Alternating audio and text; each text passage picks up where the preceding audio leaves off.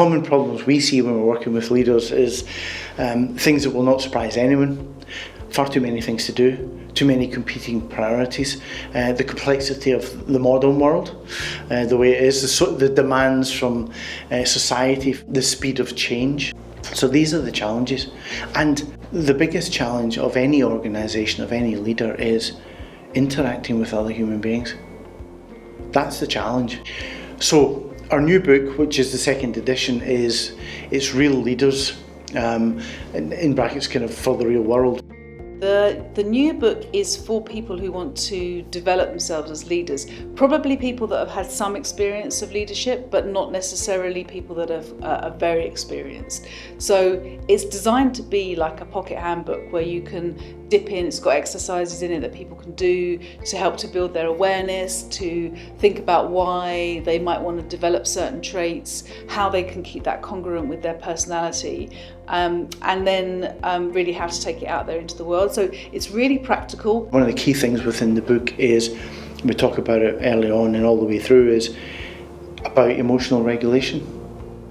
You know, to be good at anything, I think, to be good in your life, it's to be emotionally regulated, to have that energy. And we don't mean neutral when we talk about emotional regulation. So we're not talking about someone who's completely in control of their emotion. It's actually having the ability to express your own emotions appropriately for things. So that if a leader is emotionally regulated, then they know why they're reacting to something, and they're more likely to react to it appropriately, rather than underreact or overreact. People can then actually engage with them more clearly and more easily because they understand where they're coming from.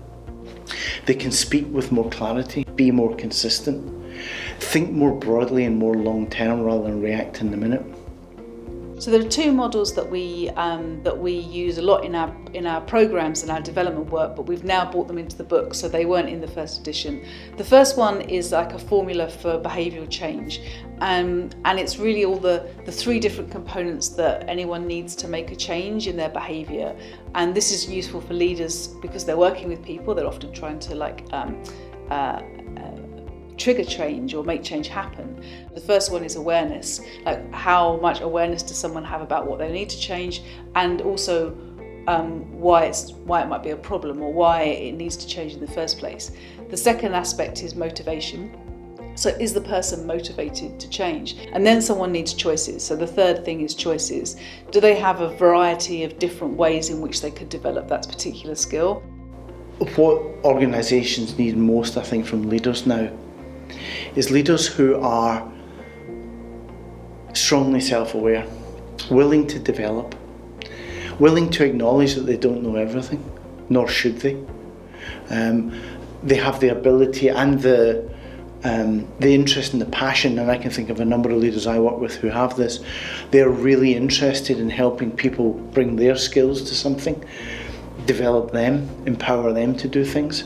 The Real Leaders model is what the book is centred around, and it talks to the 5 key characteristics that we think are important, essential traits for leaders to develop. And around all of that is emotional regulation that really holds everything together. So that you can't really have courage if you're not emotionally regulated. It's hard to have good awareness of what's going on if you're emotionally overreacting or underreacting to something. It's hard to collaborate properly with people if some people's behaviour sets you off in a certain way. So that really wraps around all the different traits.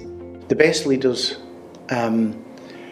give direction, care about what's going on, hold people to account when they need to, and then set them, give them the right environment, the right tools, the right resources, and then get out of their way.